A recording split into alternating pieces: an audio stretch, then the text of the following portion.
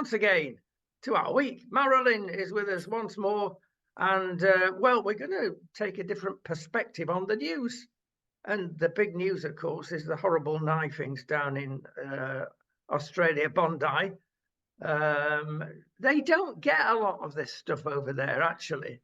No, they don't. I mean, it does seem to be, as big countries go and continents, a very safe one because they have such strict laws on knives and guns, which is a great thing. But you're really shocked. But when I saw that, I thought, oh my gosh, for Australia, that is like, oh, I mean, it really is extreme. And I don't know how good they are. How good are they over there at mental health? Because that poor guy clearly had an issue. They're now trying to say, was it misogyny? Well, if he had psychosis and if he had schizophrenia, then yeah, and he wanted a girlfriend and he couldn't get one. So hence they're thinking that is stabbings towards women. But I wonder how good they are over there. And I'm not sure, because I don't know the answer, on tracking and supporting people with such severe mental health. I felt very sorry for the father who was like obviously devastated that his son had been shot, but how dreadful, just dreadful. I mean, awful. And the little baby that was stabbed, I mean, oh dear. Well, he was on the police list, so one has to ask the question. Was he? Right. So they're not very good at it, but having criticised Oz, we can produce lots of things in the UK that are just the same. We're not very good at it either. Or we shrug our shoulders and say, oh, well, it won't happen. And it does. And half the reason, of course, is money. Not enough is there to produce the right people in the right places to stop this happening. Yeah. But there's another thing that is looking at it left of field. Let's look at it from a different direction. The first thing that struck me when this came up was the glorification of the woman police officer. Wasn't she brave? And I said, seeing the whole clip, actually, now most people didn't see the whole clip. Basically, she did a job, and well done her. But brave, no. The guy that was brave was the guy stood at the top of the elevator. That's what I saw. With a cone in his hand, and that's all he had. I know. In one sense, she didn't have any choice because he was after her with a knife. Bang, you've got to do something about that. And interesting that she did CPR on him straight away. So, you know, that they're trained in that sort of way. Yeah.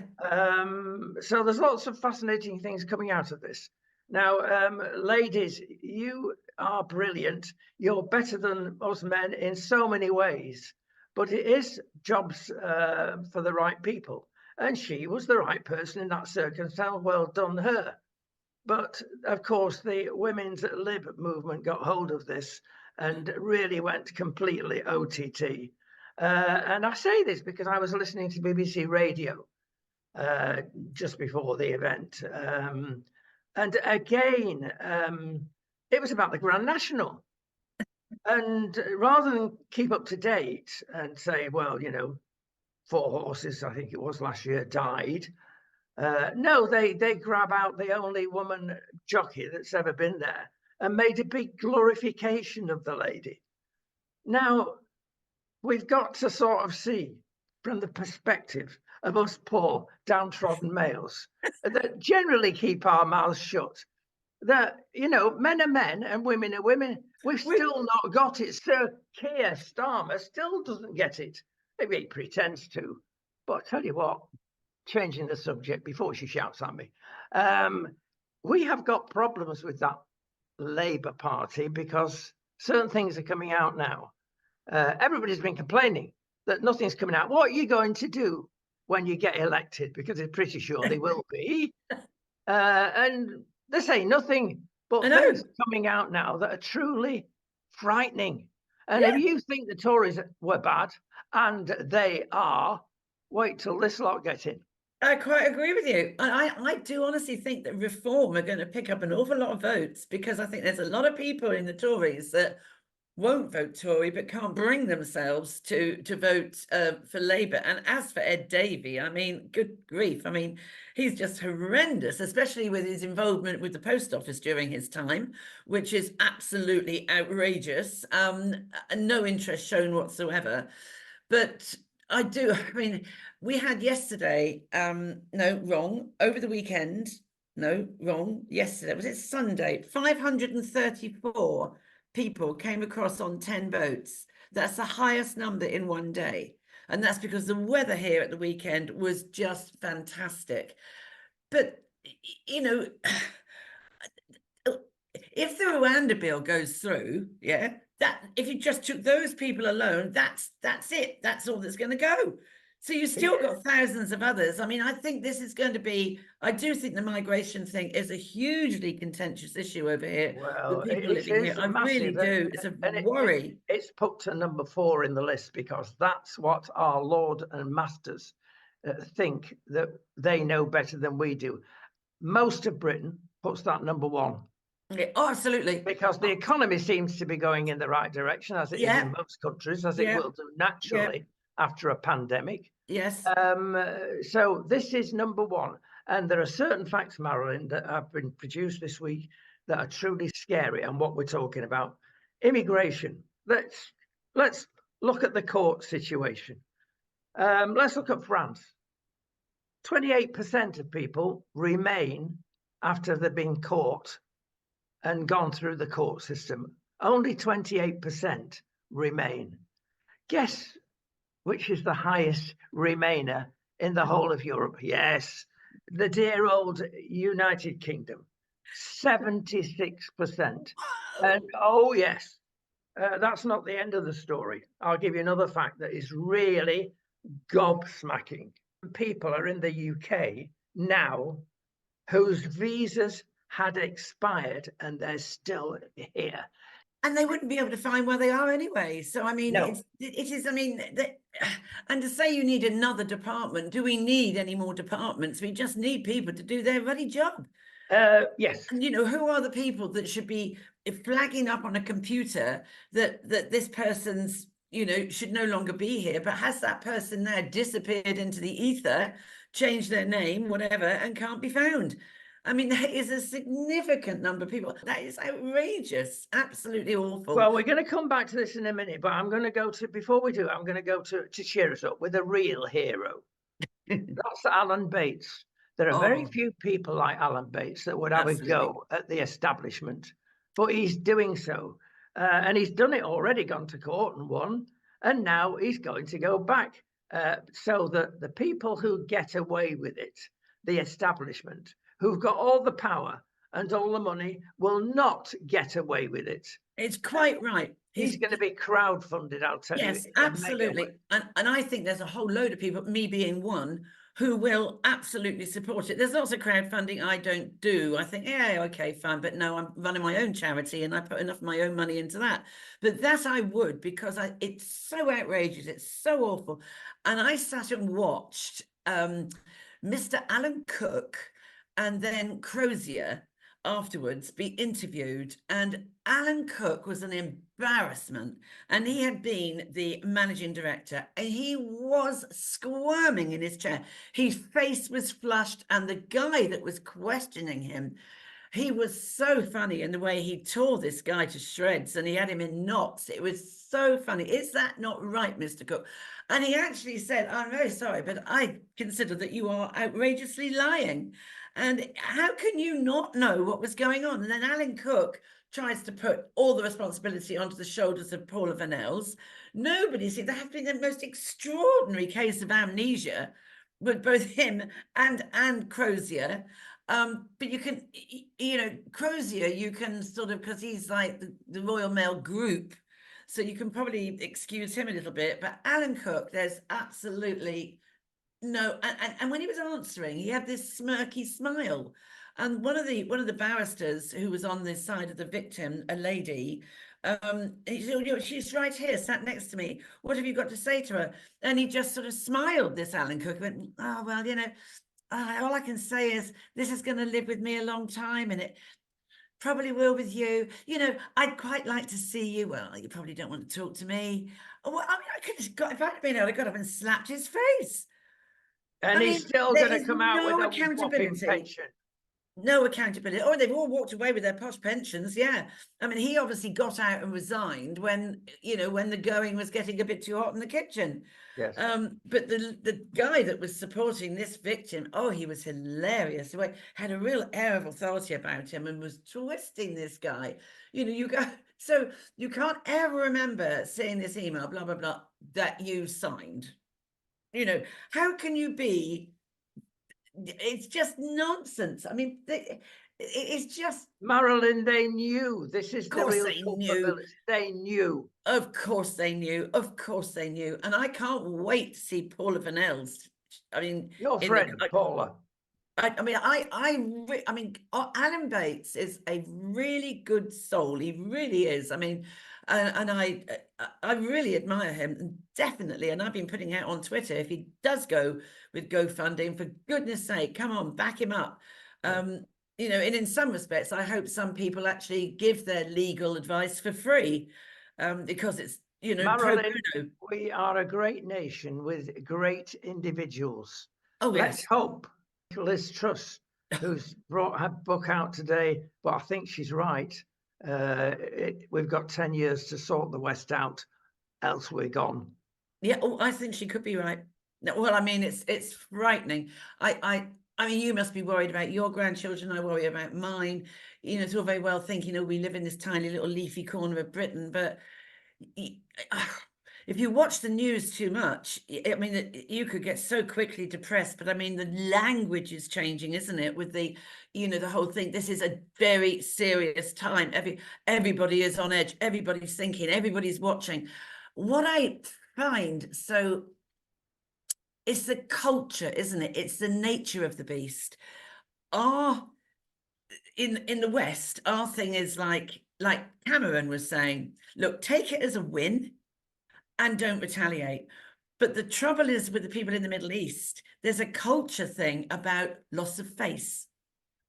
And that's what they don't understand, that if you are maybe Israeli and Iran, if Israel don't do anything, then there's this enormous loss of face on the part of Israel. You're seen as weak, not seen as a pacifier, but weak.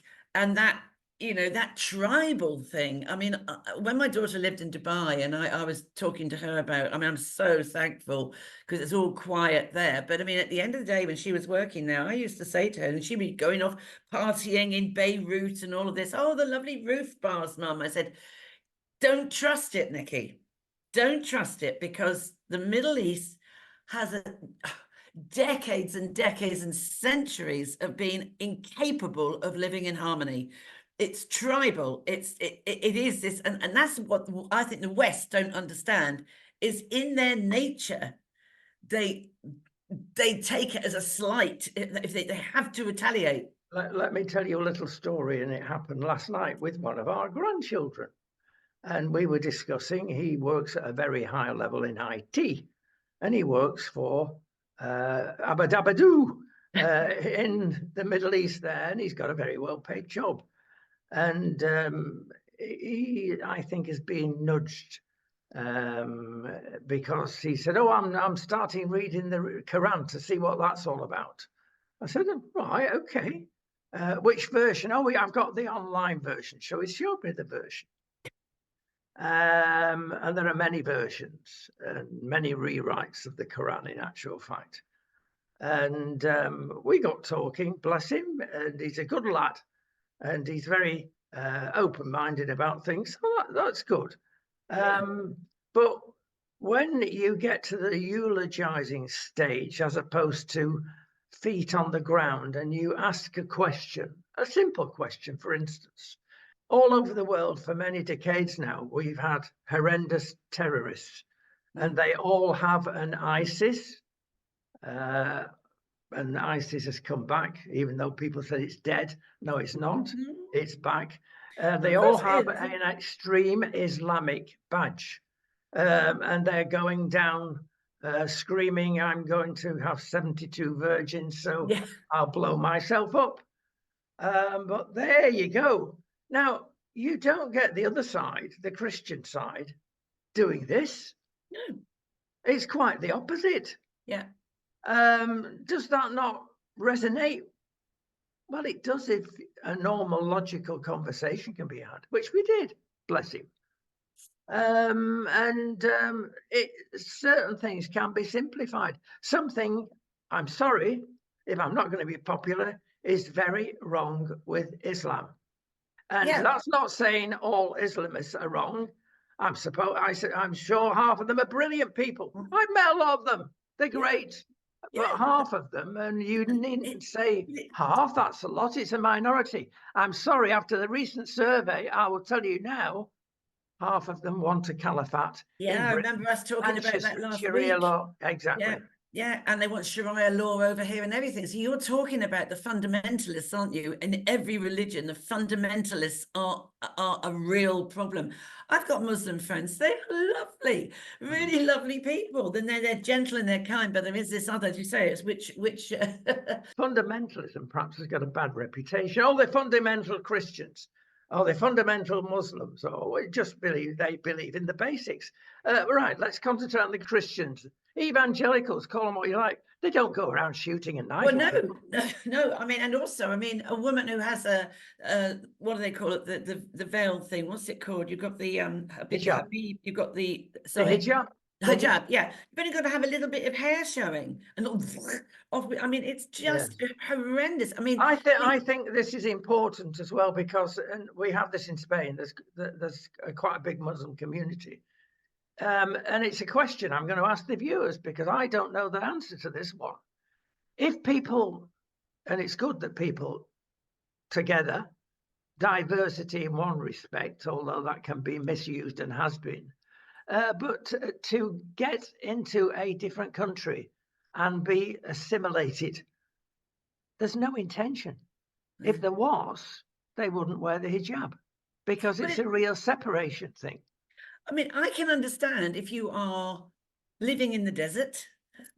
I mean, I know the hijab is also to do with you only, I mean, their belief, isn't it, that your partner, your family only see your hair. It's the same with the abaya. The children don't wear the hijab. No, you only wear it, don't you, after you've had your period, after puberty. Once you've had your periods, then that starts, then the woman wears it. And it's all to do with, I suppose, your femininity and all that, becoming a woman, and therefore only your family and your husband sees your beautiful long tresses. And it's the same with the abaya, isn't it? The abaya is supposed to hide your body shape, and that's actually no bad thing when you see some body shapes.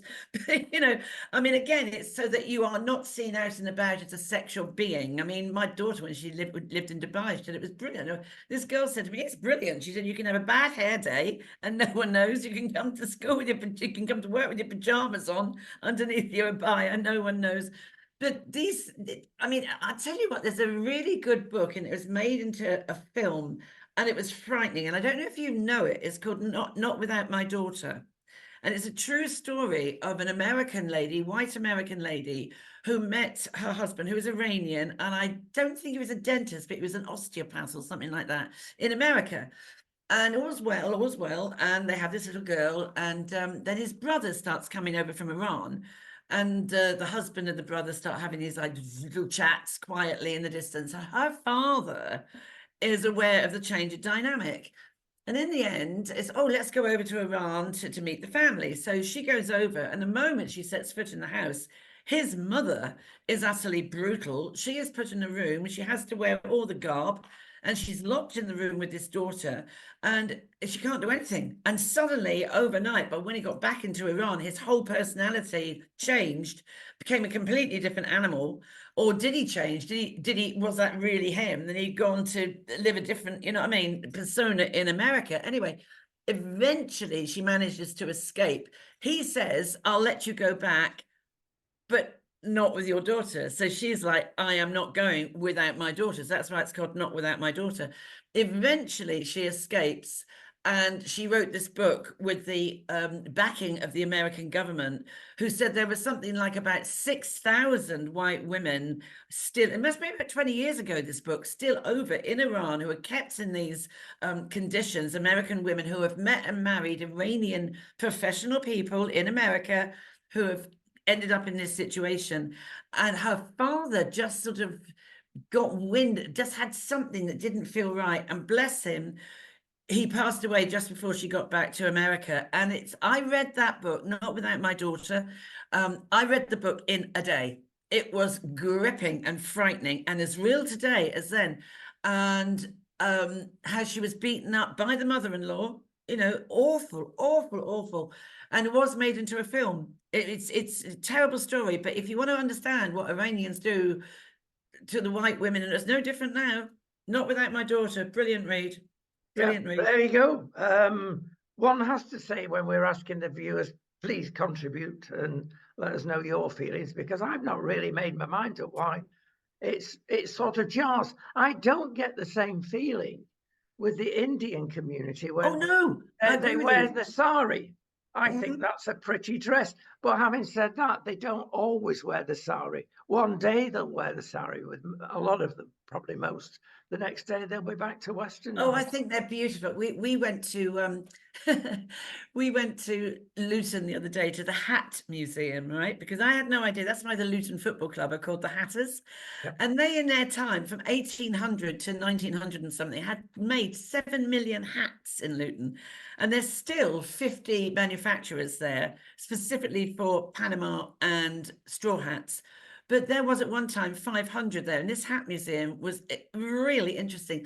And there were some Indian ladies there, and the saris were absolutely beautiful. I mean, they looked so elegant, but I don't feel that the Indian culture is, I mean, our Indian restaurant down the road, they're so lovely. They're really, really lovely people. They don't have that same, I don't know what it is.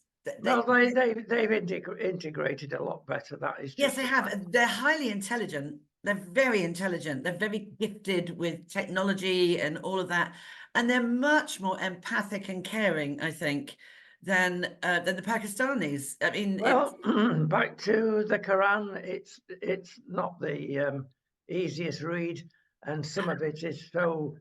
I don't know. I'm saying strict. That's not the right word. It's a book that is forever changing. Depends on which side of Islam you're from. I repeat, there are many Mohammedans that are super people. They respect the country that they've joined and don't think about overthrowing it.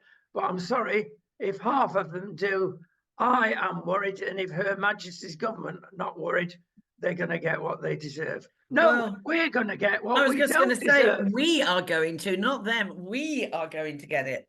And that's the worry. And I suppose, I mean, when you look back in history, I mean, there've always been these spats, haven't there? And these uprisings and all of that. But I just feel now it's just, I don't know. I just... Well, the question we've got to ask ourselves, what do we do about it? Well, the first thing is to immediately get rid of these stupid immigration ideas that are not working, and the lefty lawyers, and say no more. Yeah, the lefty lawyers, though. This is the trouble, isn't it? The lefty lawyers who are standing on their podium going on about human rights. What about the human rights of the people that live here? Or is it that sex offender wasn't put in jail, wasn't sent back because he might have been beaten up in Afghanistan? Well, good riddance. Folks, it's not just Britain. Britain are an example and way out ahead of other countries, let me tell you. Yes. Even ahead of the millions that are coming over the border from Mexico, because don't forget is it 350 million people in the States? So they're not being swamped, as Suella Braverman dare say, and get castigated, because in the UK it's swamping. Listen, we move on to another theme that takes the biscuit. And I want you to tell me about Chris Wilde and what comes out of that in homes when you are a little one in a government home to be looked after, because you're either a naughty child or you've been sent that way as the only possible way of excluding you from society till you recover. But if you go to the kitchen overnight during your recovery and pinch a biscuit, it's a criminal offence that stays with you Ridiculous. for the rest of your life. What is going on? It's ridiculous. I couldn't believe it when I read that. You steal a biscuit. I mean, when you think of, I reference this guy who was a sex offender, the guy that also stabbed that lady, put acid in her face and all of that, who are like walking around our streets, and someone has got, and it does, if you are, how can you be charged for stealing a biscuit? It's absolutely ridiculous. I mean, I mean, the extremes in our country are insane. I mean, who could ever think that was something to do? How is that going to help that child going forward? I mean, I can't believe that could actually literally stand up in a court. In one sense, let's stick with the same subject about special schools, special homes for children that are not behaving themselves. And this is a national scandal that has not reached the front page as it jolly well should do. It's just as bad in many senses as the post office saga. Basically, children are put in homes. And who looks after this? Our wonderful friend, benefactor, called Ofsted. They're looking after everything and everybody, or can I say, not doing what they should do. What an organisation that is. Ofsted is just beyond. I mean, it is just dreadful. It must be the word off, actually, because Ofcom is the same. I mean, when you look at the online safety bill, Ofcom, why are we still dillying around? We're now April. It came in on, it was like signed off by the King's, whatever, November. We haven't seen much happen to the technology companies yet. And Ofsted is a terrible, terrible. One reason, I'm sorry to say, and that's been proved, is everybody's still working from home. And you cannot do that. I don't think you can. Need a organisation that functions together. I agree, because social workers now, you see, they all work from home, and that to me is a job that you actually need that cohesion with your supervisors and other people, particularly if you've got people coming out of university who have qualified as social workers. And if you're working at home, you can't just turn around to the next desk and say, oh, can I just come and see you after coffee because I just need to talk to you about this. You don't learn anything. You learn a modus operandi at university. When you start learning useful is when you pick it up. Absolutely right. Fellow Absolutely right. And I know some senior social workers who have said you get people coming out of university who can write a very good report about what's going on, but they've got no understanding of what they've written about or what the deeper issue may be. And that's why you need that person. There's several people in a room to actually go through that. And on certain jobs do not function well at all or become dysfunctional by people working from home. And I don't think for a moment you can be, when you go to work, when I used to go to work from school, I mean, I still do it now. I put my makeup on, I do my hair, but I think I'm sort of kind of unusual. Do you know what I mean? I always will still dress smartly because I think there's a psychological thing about you are still going to work. So when I work from home, I start at 9, I still have a coffee break, I have a lunch break, you know what I mean? So I'm still very structured about working from home. But a lot of people aren't, and you get sloppy. Do you do your nails? Of course I do my nails. Even working from home. No, I have my nails done for me. Oh. That's part, because when you're doing media and when you're teaching, your hands are on show. So it's all part of your.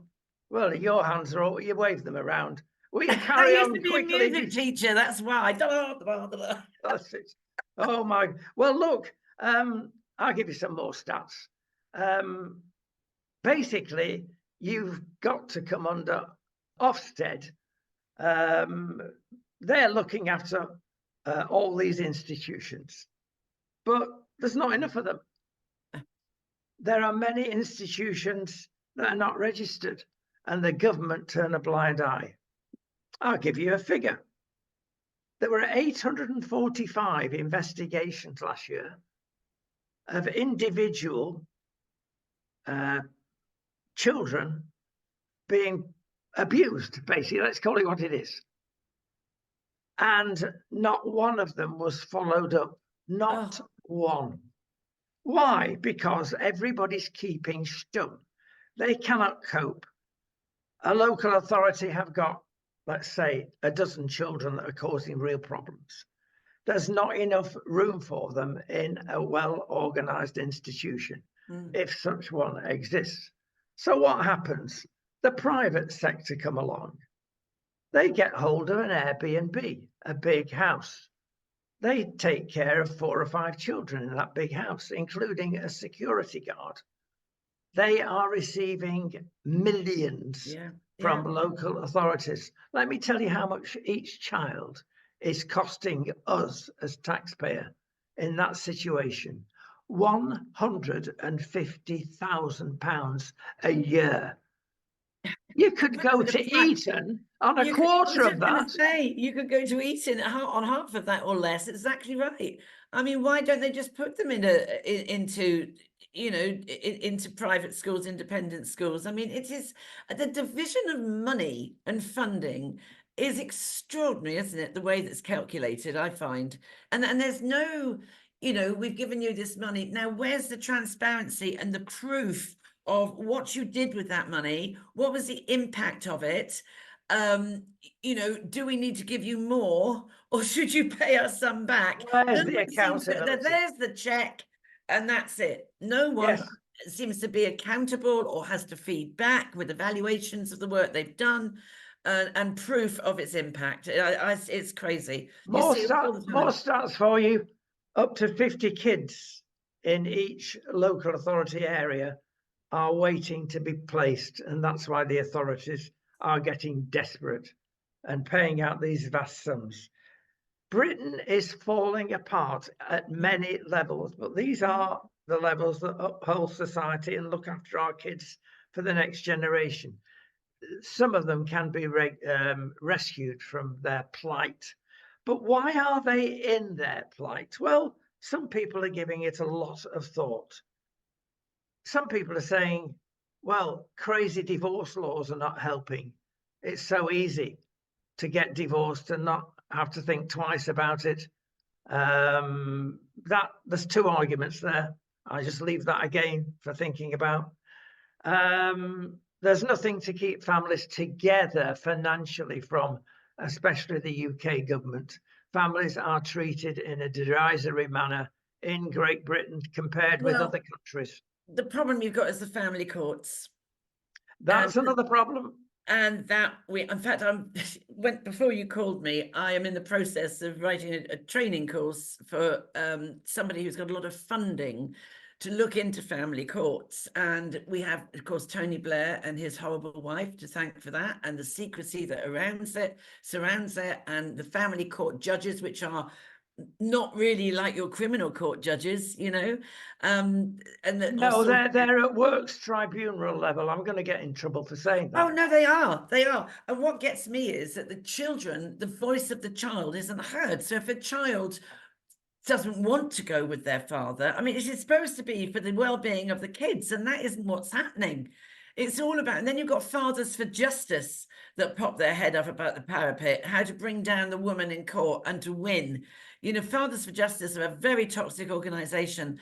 And you've got also very often, whoever is the perpetrator in the family, if it's in the family courts, where the division of assets and the access of children, they may have a very, very well-heeled lawyer, but the mother is like only supporting herself. So the well-heeled lawyer and barrister wins the case for the abusive partner. And I've seen it next door. I see it next door with what's going on with the domestic abuse case next door to me. And, she put all her money from her first divorce into the house next door. Her parents bought £20,000 for a very lovely outdoor cabin, and it's all gone.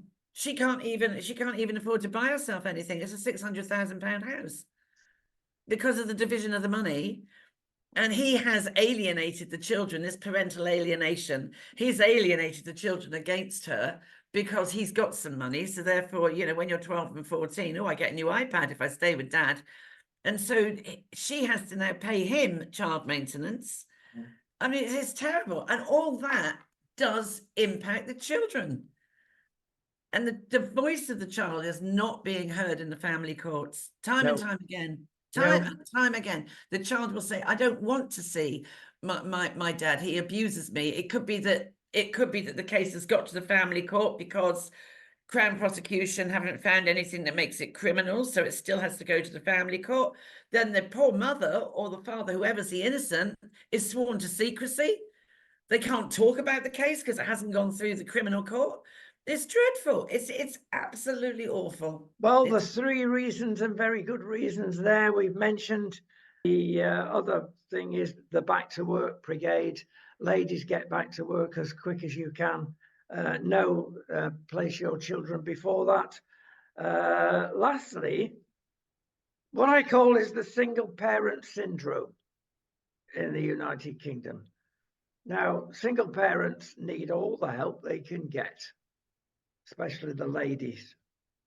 And the men, of course, but especially the ladies. But it's become almost a badge of honor in many circles to be a single parent family. And it's almost lauded. Oh, I'm a woman, I can do it all. There's very few that can. There's nothing like a good father and a good mother and half-behaved children. That's what it should be like. And they will be grown up eventually to fully behaved children. But, you know, how can you expect this in a home situation when you've got 20, 30, 40 other people, children, and what we've not mentioned, but which is a major problem. There's so much abuse in many of these homes, Marilyn. Of course there is.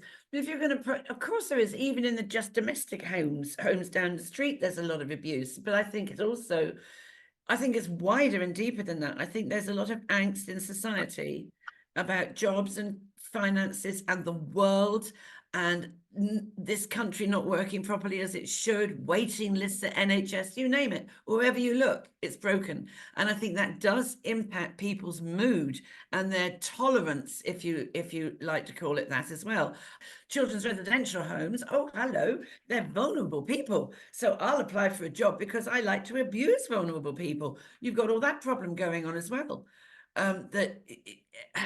And then you've got to look at, which I've said before, is the closure, 2/3 closure of children's centres and home starts and sure starts across the country. Outrageous.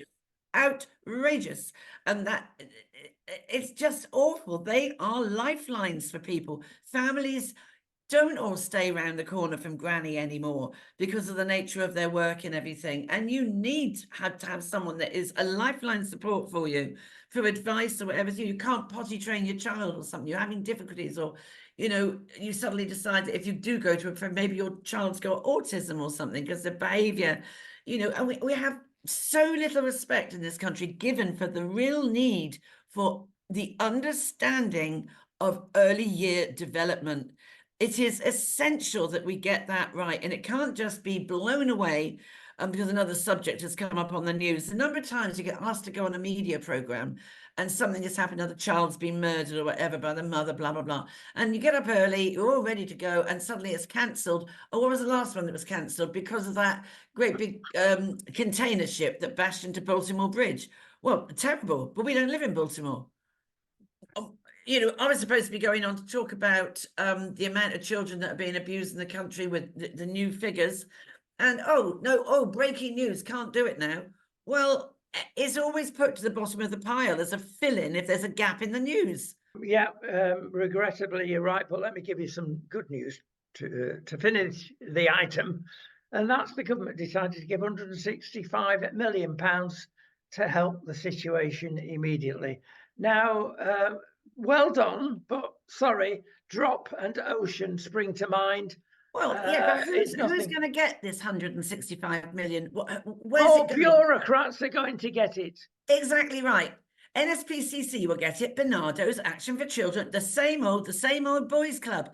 There's nothing goes out to people to say, why don't you put in for a funding grant or something? We've got this money available. Who is going to get all this magical found money? Who? And how is it going to be assessed? How is it going to be proven the impact? Or is no one going to, oh, we've done our job, we've written the check, now get on with it. It'll be the same old people getting it that are part of the boys' club, joined to the government hip, always the same. Yeah.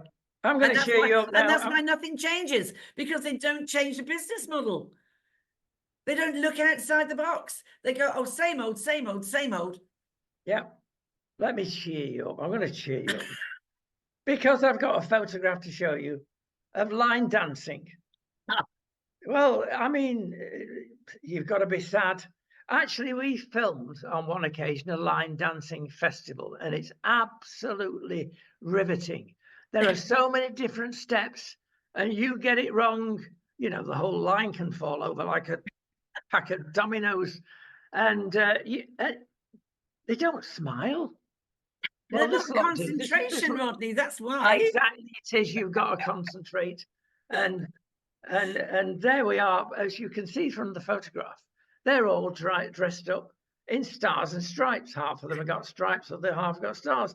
Very nice, except if you live in Seattle, because they've got woke in Seattle on steroids, and with many other cities in the United States.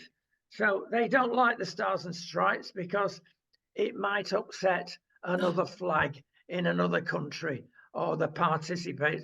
What? Well, it's as bad, isn't it? Where are we? So it's not just in Britain, you see. It's not, no, I don't, I mean, see, now I was talking to somebody the other day and we had this discussion about, we were talking about transgender issues, right? And we were going on about the social engineering. It's the same thing about the flags as well. It's not just here, it is across the country. Who and why are the people that is social engineering or re-engineering, and why are they doing it, and who are they? Like the thing with the transgender, you know, why are they doing it? What's the purpose of it? And who are they? And where is it all going to go? With the damaged generation of confused children. The conspiracists, or are they conspiracists, would point out to the World Economic Forum. They would point out Marxism. How do you overturn capitalism? Well, you do it subtly by getting in with your LGBTs, with your minorities that have got a vocal cord that is louder than anybody else's.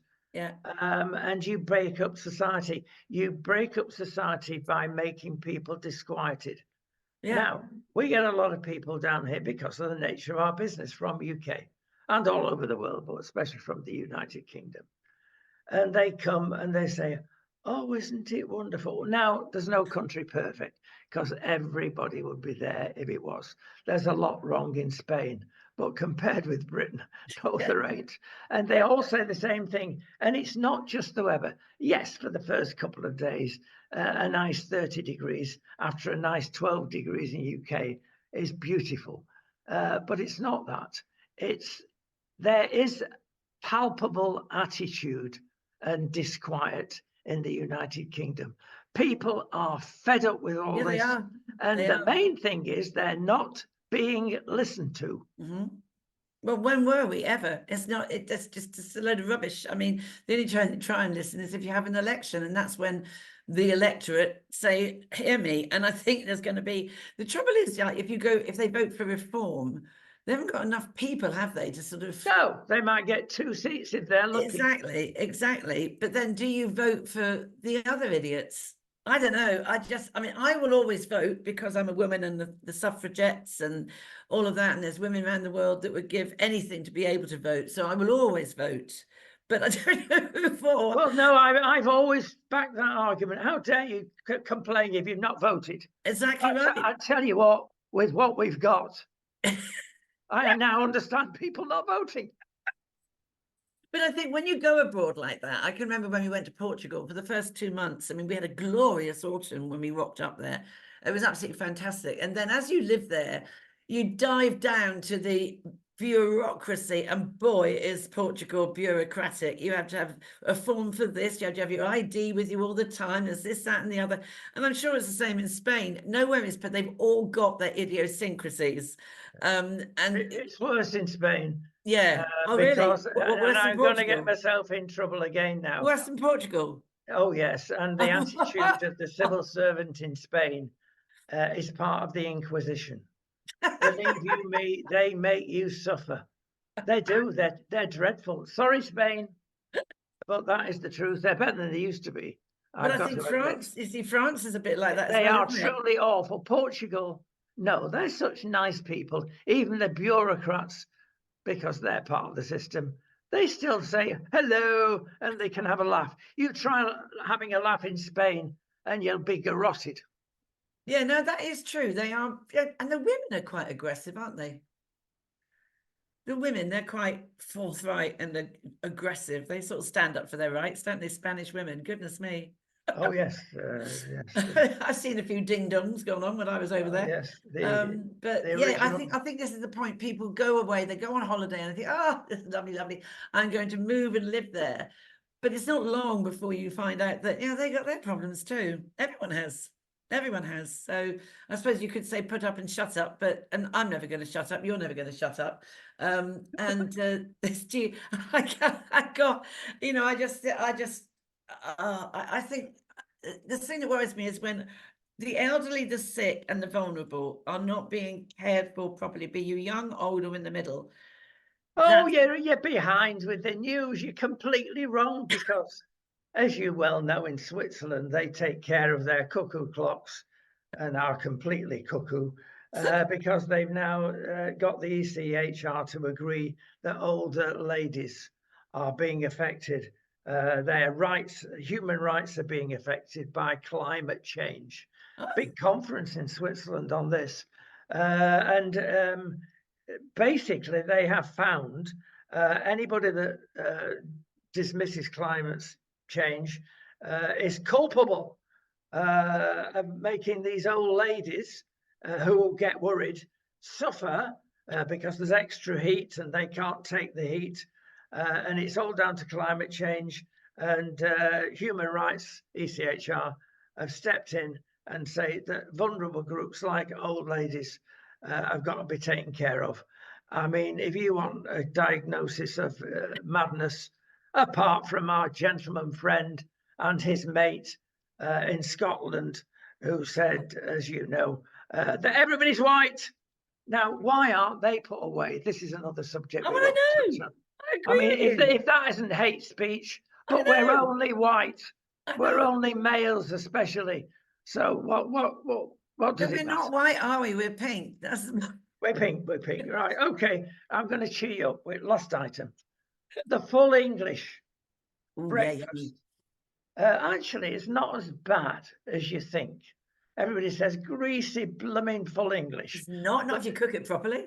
No, it isn't. The only thing you really can't cook properly is fried bread. And if that's part of it, I know it's tasty, but no, that's going to do you no good. It's white.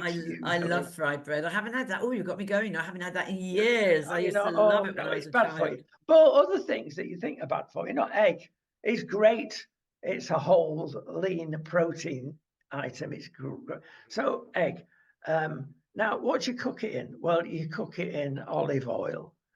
Now, the taste is not the same, but if you get extra virgin olive oil, it hasn't got that nasty rancidy thing where you get an old olive being recrushed, and it does taste strong.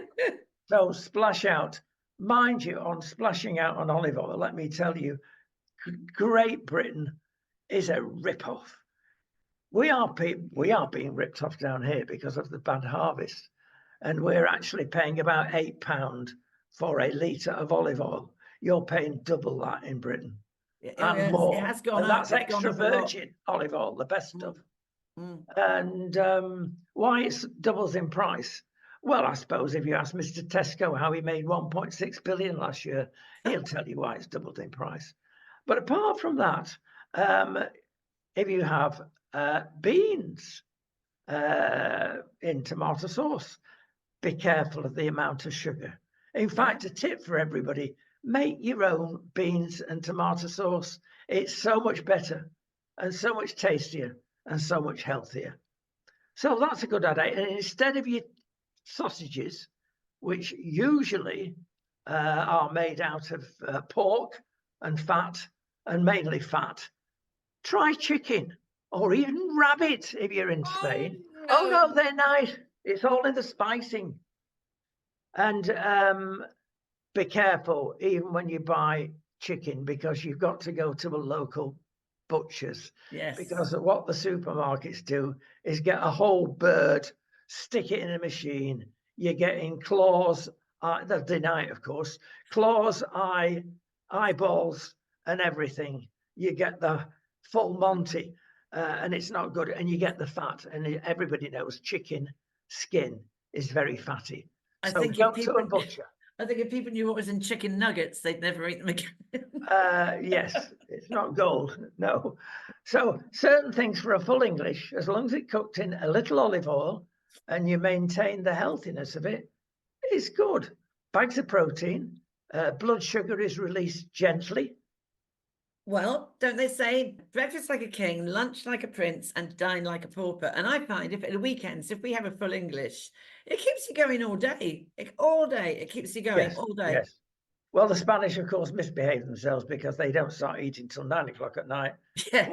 Portuguese actually follow the Brits, not quite as early as the Brits, but not Spanish time. There they are, kids out at 10 and 11. Yeah. They just start the meal. Babies and families in restaurants. Yeah. It can't be healthy, that, according to many doctors, eating that late. No. And they get up early. Yeah, But this they is do. why they need a siesta in the afternoon. You're probably right. Well, there we are. We've Well, there we covered go. everything. Another week's gone. Gosh, doesn't it go quick? Middle of April already. God, soon be Yes. Christmas. And we've covered the full English in And we many all have to say respects. to Rodney today, happy birthday. Oh, you rotter. At our tender ages, we do birthdays. Well, it's nice when the family are around. And Yeah, the well, you have a come good round. day. You have a really good day with the family. Okay. Thank you. See you Lots next of week. love and bye-bye.